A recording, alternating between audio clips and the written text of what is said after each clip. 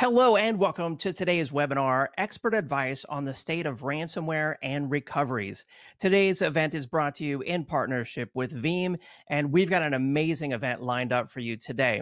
Thank you so much for joining us. My name is David Davis of Axotech Media, and I'm excited to be serving as your moderator. Before we get into it, just a few things that you should know about the webinar today.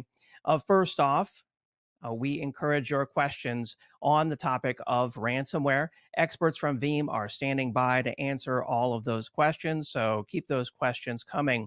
We want this to be an educational event, and we've got an incredible presentation lined up for you. We also have a number of resources available there for download in the Handouts tab, so make sure that you check those out. And then at the end of today's webinar, I'll be announcing the winner of our Amazon $300 gift card door prize. And make sure that you stay tuned for that. Of course, the prize terms and conditions can be found there in the Handouts tab. And with that, it's my pleasure to introduce you to today's expert presenters. Welcome, Mr. Rick Vanover, Senior Director of Product Strategy at Veeam, and our special guest, Mr. Jeff Lanza, retired FBI agent. With that, let's go ahead and kick off the Veeam Trailblazer series introduction. Here we go.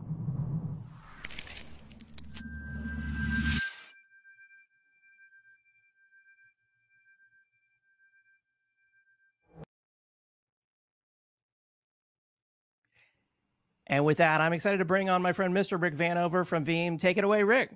Well, thanks, David. And yeah, fancy video. Cool, great stuff. So we're going to jump into a very serious topic about ransomware and some advice in driving recoveries. I've worked with Jeff on a couple of these types of matters before.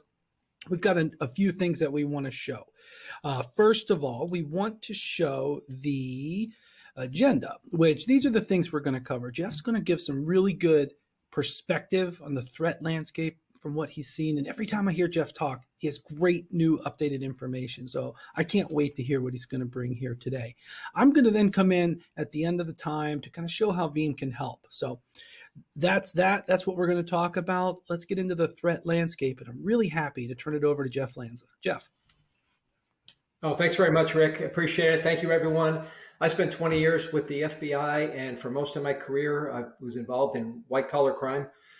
Wait, that doesn't sound just right. I investigated white-collar crime. I wasn't involved in it myself, but one major component of the FBI's white-collar crime program is cybercrime, and that's what we'll be talking about today. So, and one particular portion of cybercrime, and that is, of course, ransomware will be our main focus today. Now, sometimes when it comes to these topics, the national media will ask me to do television interviews, and this is a screenshot of one of those interviews, and this was actually after a ransomware attack. And they asked me about the question that people always ask about ransomware, should we pay the ransom?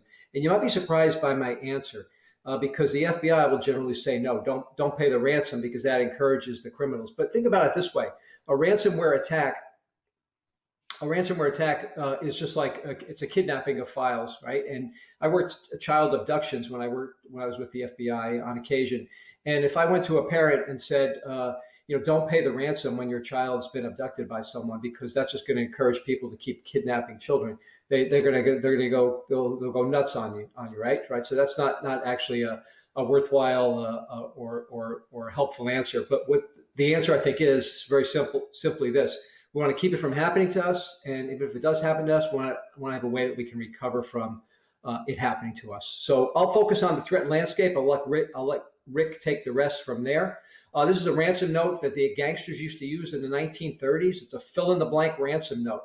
Yeah, a lot of people couldn't read or write back then, especially if you were a gangster. So what did they have? The ability to kidnap people and create a ransom note by just filling in the victim's name, right? The same thing is true today for ransomware attacks. Even people with not a lot of technical skills can launch those attacks based on just the ability to go to the dark web and pick up a toolkit to do that, which makes the proliferation of ransomware attacks even more so. Now, in 1989 was actually the first, if you want to call it that, really you can, a ransomware attack, when a researcher sent an 8-inch floppy drive to his colleagues in the medical research business.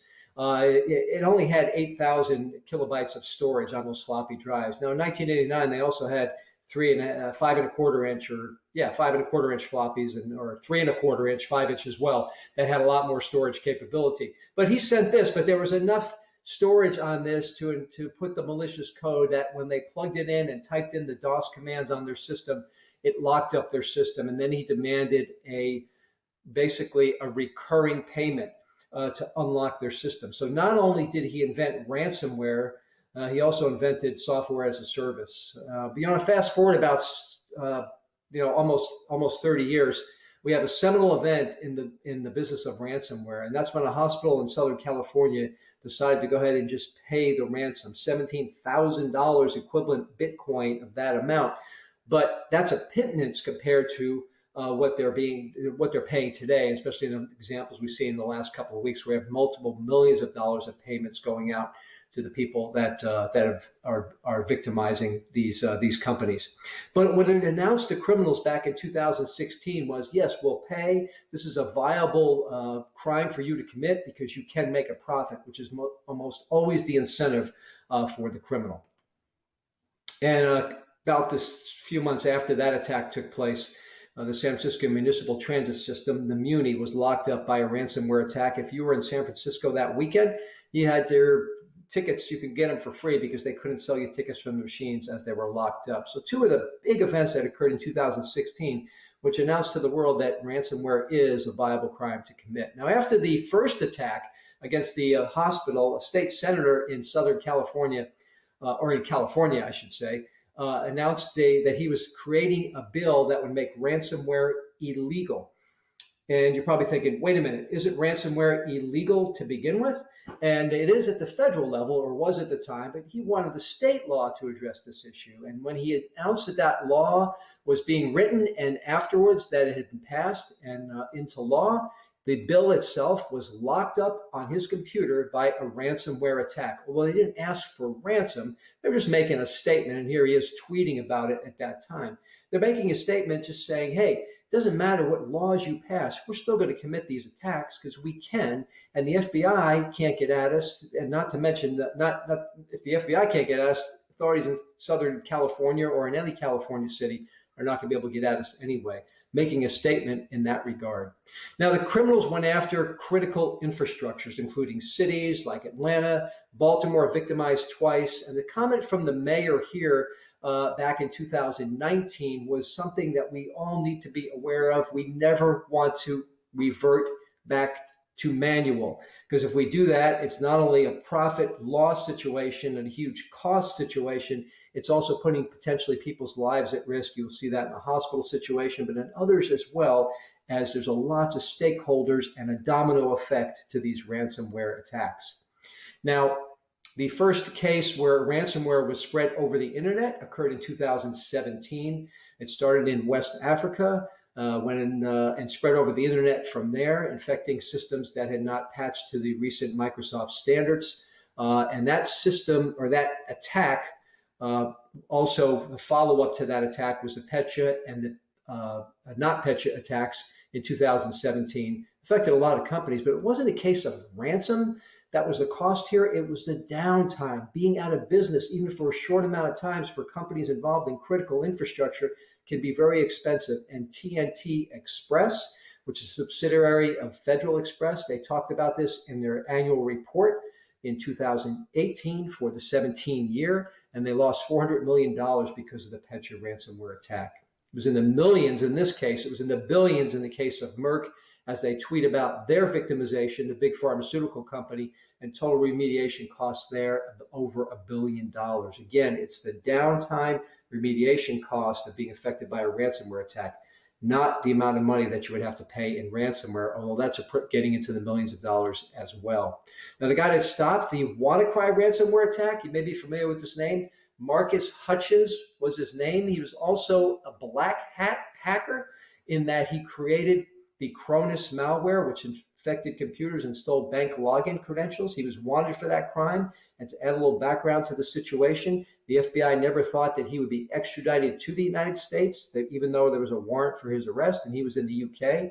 But he came to the United States in 2017 willingly, right, to attend the hacker conference. That's right. Hackers have conferences too, and you're a hacker. Why not attend the conference? Except there's a warrant for your arrest.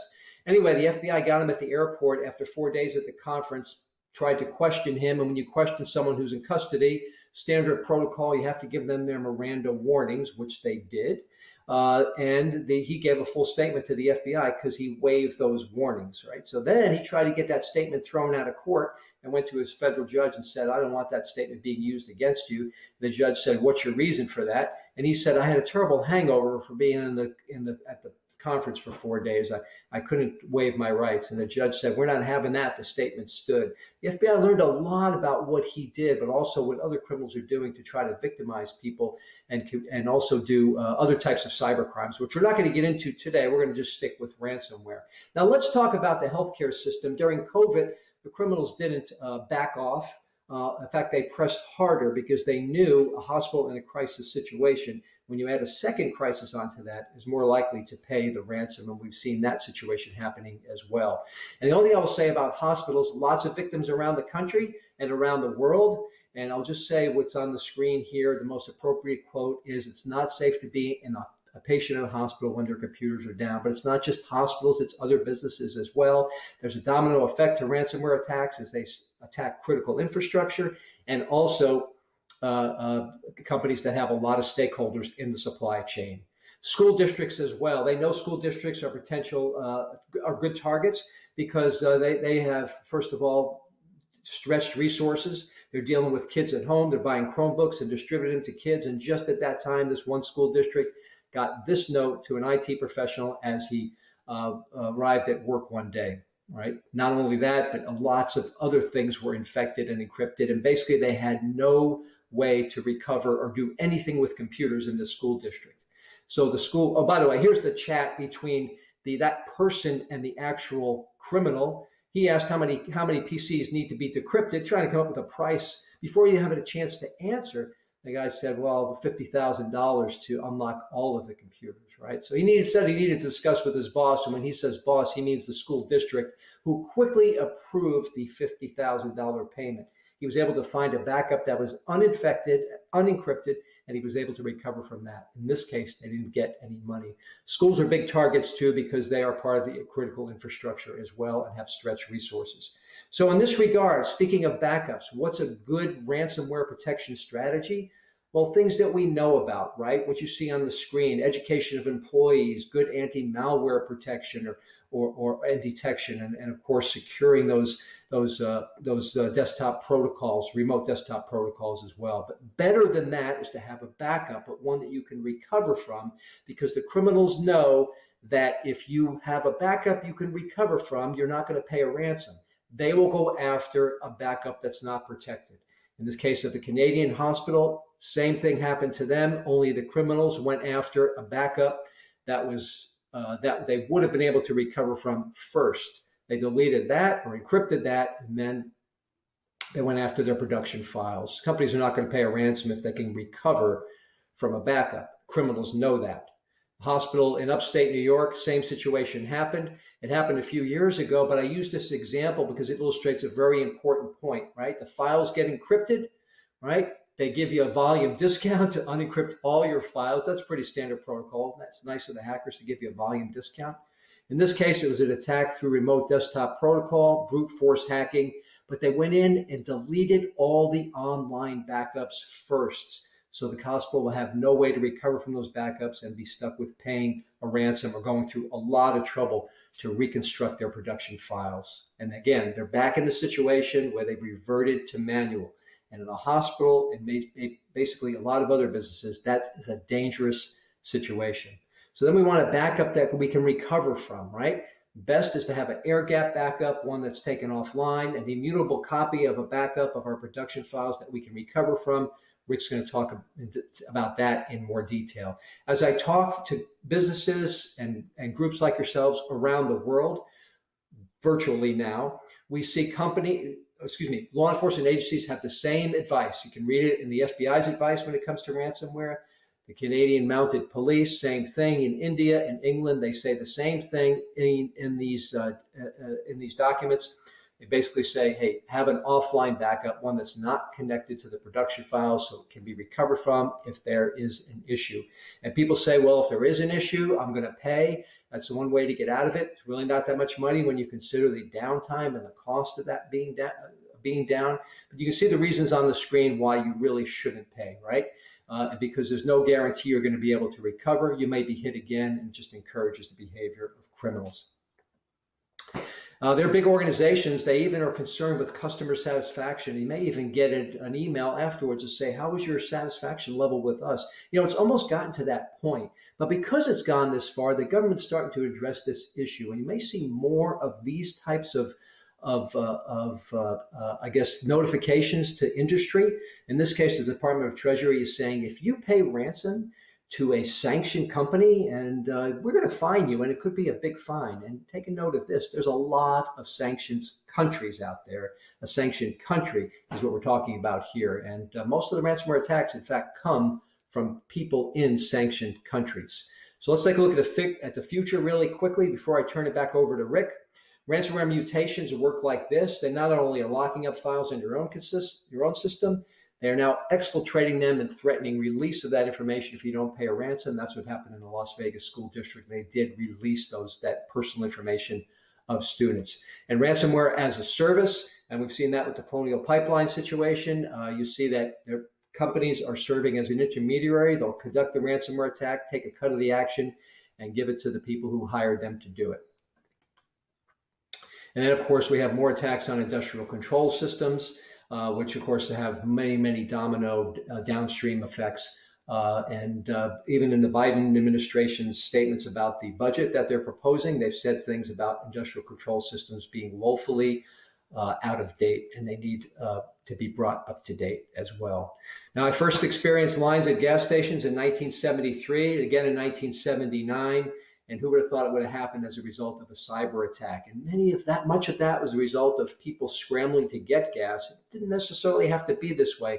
But again, it's the stakeholders' reaction in some cases that caused the lines. In this case, people topping off their tanks as a result of the publicity about the Colonial Pipeline situation. This is a situation that we're in, right? We have the 30 most wanted criminals in the world, cyber criminals, I should say, are on this list. This is from the FBI's website, and the FBI has no jurisdiction to go to those countries and arrest these people. Countries generally don't cooperate in handing them over to the United States, especially if they're in a military uniform. They're certainly not going to be brought to justice. There's no consequences, there's no deterrence, and the crimes continue. Which brings me to my last point about deterrence. During the nuclear Cold War, the main reason why we maybe didn't have an attack between the two big Cold War powers, the US and the Soviet Union at the time when it was a Soviet Union, was because of this acronym, mutually assured destruction. If they launched an attack against us, we would have done the same thing to them. Both countries would have been destroyed. Assuring the destruction of both countries prevented a nuclear war. A lot of people say, why can't we retaliate when we get attacked by for ransomware attacks for one type of cybercrime? Well, I can think of three reasons right off the top. First of all, we're not going to turn off the lights in Moscow. We're not going to turn off the lights in Beijing, right? Some people say, well, how about sanctions, right? Most of the countries where these attacks come from, they're already sanctioned out. And it's not having a lot of effect on the things they're being sanctioned for. And then if you go after the groups that are committing the attacks inside these countries, and believe me, NSA and the CIA and the Cyber Command, they have the ability to identify these groups and disrupt them, but it's basically become a case of whack-a-mole. They just pop up somewhere else and they attack us, a different group attacks us. So that's not a solution. The solution is to make sure it doesn't happen to us, but if it does happen, to be able to remediate, to be able to recover cleanly without having to pay a ransom. I'm going to stop right there and turn it over to Rick to continue this conversation. Rick? Wow, Jeff, this is mad in a good way, Matt. It's a lot of incredible information. I've learned so much about this, and this aligns so well to what Veeam is doing in the market. We have one top line objective, and that's really having the ability to have reliable ransomware protection of your data. When you back up your data, we want to make sure that you can have it available for your recoveries. That's what we're in the business for. Backup is more cool and important than ever because of that. And when we at Veeam look at the market, we do a lot of surveys. We have a lot of really good data points of where, this is one from our customer survey last year, if they've had a ransomware incident, where did it come from? Now, if you're good at math, you can see that this adds up to more than 100. Multiple choices were submitted or allowed. But what we can see here is that spam and remote access were the leading entry points. But if you go across all of the different like surveys, the Veeam survey, Coveware, the Verizon data breach incident report, others, these three are always the top. Remote access done wrong, updates not being updated, and phish email. Depending on which one's more important, I could probably put in the 90% entry point of that. So if you get those three things right in your day-to-day IT practice, you could really hedge off a lot of the entry points, as well as user training and other things. But what we're doing at Veeam here is we are leading the way, and this is the way.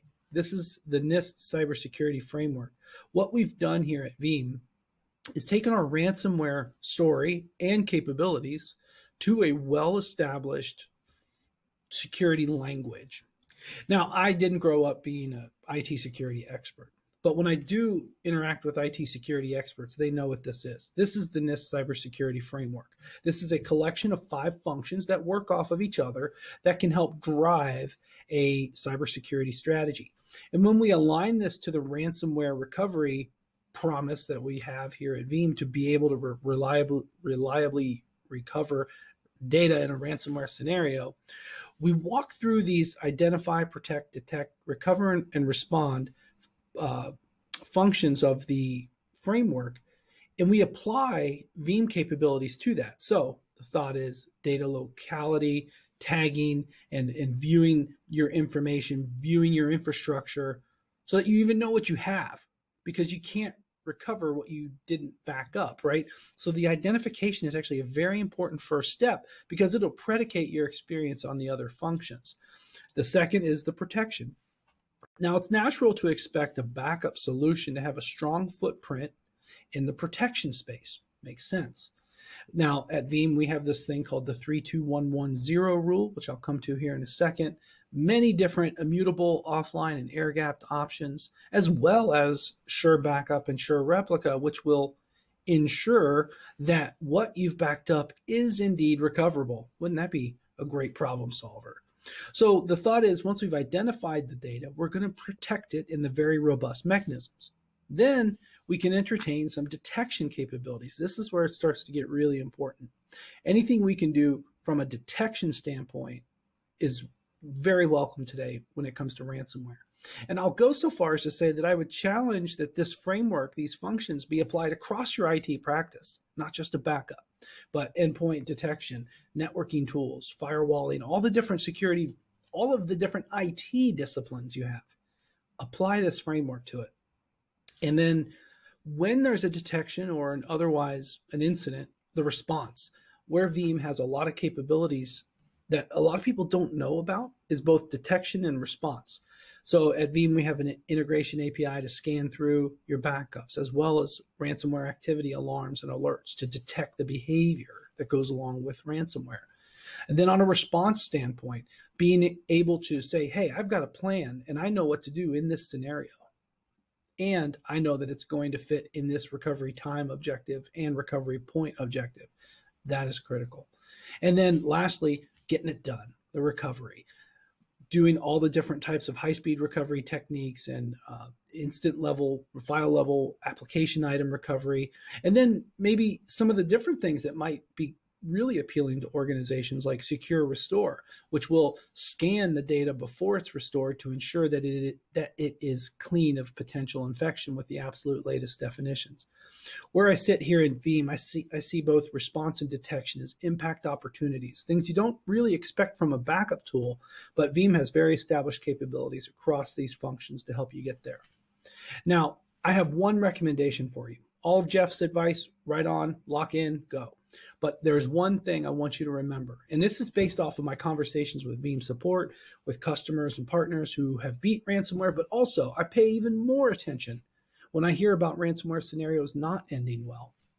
And when they don't end well, it's because organizations are not following the 32110 rule.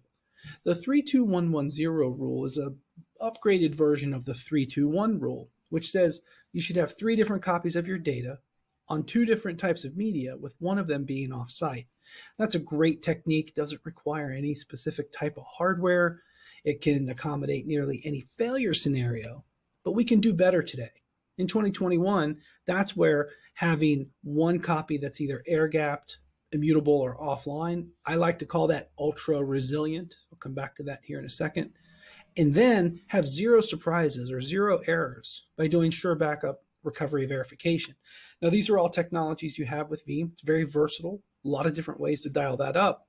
But when I talk to organizations who don't come out of ransomware, well, they don't have a copy that's immutable, air-gapped, or offline. Make no mistake, that's my #1 piece of advice for you to ensure that you can recover your data, based on Jeff's advice as well, because the threatscapes are also very aware of the ability to restore. So then let's take what's on the menu. When you say ultra resilient, what do you mean by that, Rick? Well, I'm conflating the characteristics of either offline, air-gapped, or immutable. They are all 3 different behaviors, okay? And I have collectively called that an ultra resilient media. Now, that is, in my opinion, my professional opinion, the most effective specimen to ensure recovery from a ransomware scenario. And at least in the Veeam world, there are 5 different clearly ultra resilient mechanisms that are in play. Let's start at the top with tape.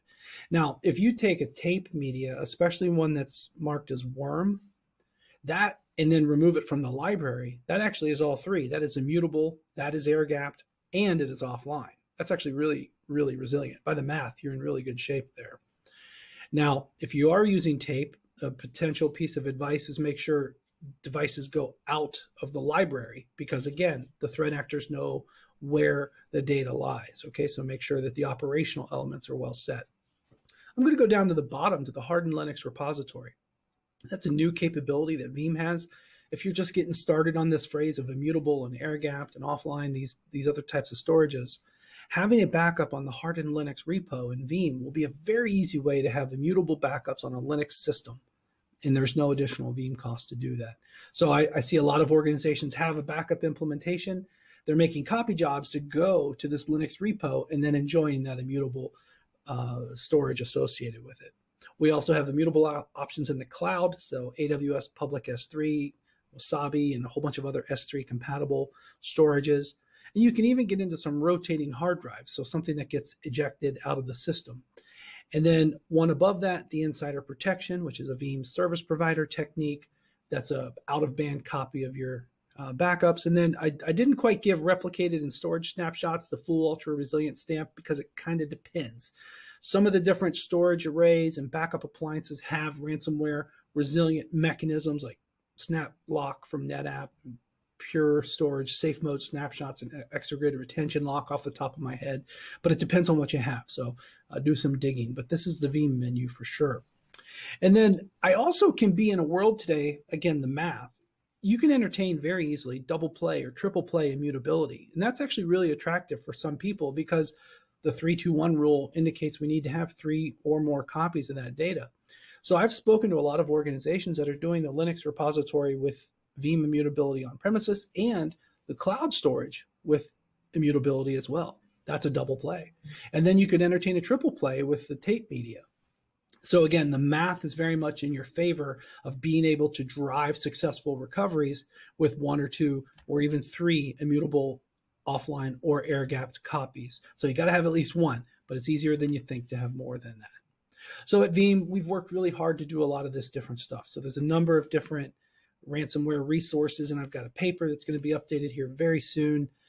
Just go on over to veeam.com and click some of the handout links here that we've got in the site. And David Davis, I'm out of breath, and take us home and let us know who our winner is. Absolutely. Thanks so much, Rick. Fantastic presentation, Jeff and Rick. Really appreciate that. It's such timely information that all IT organizations out there need to know. Before we go, I want to make sure that everyone checks out the handouts right there for additional information over at Veeam.com, more information on the Veeam Trailblazer Talk series. And then there's also the ransomware prevention kit from Veeam. You want to make sure that you check those resources out. And then finally, I'll announce the winner of our Amazon $300 gift card that is going out to Quentin from North Dakota. Congratulations, Quentin from North Dakota. We'll reach out to you to deliver your prize. Again, thank you to everyone who joined us on this Veeam Trailblazer Talk presentation. We hope to see you on upcoming Veeam Trailblazer Talks. And in the meantime, visit Veeam.com for more information. Have a great day.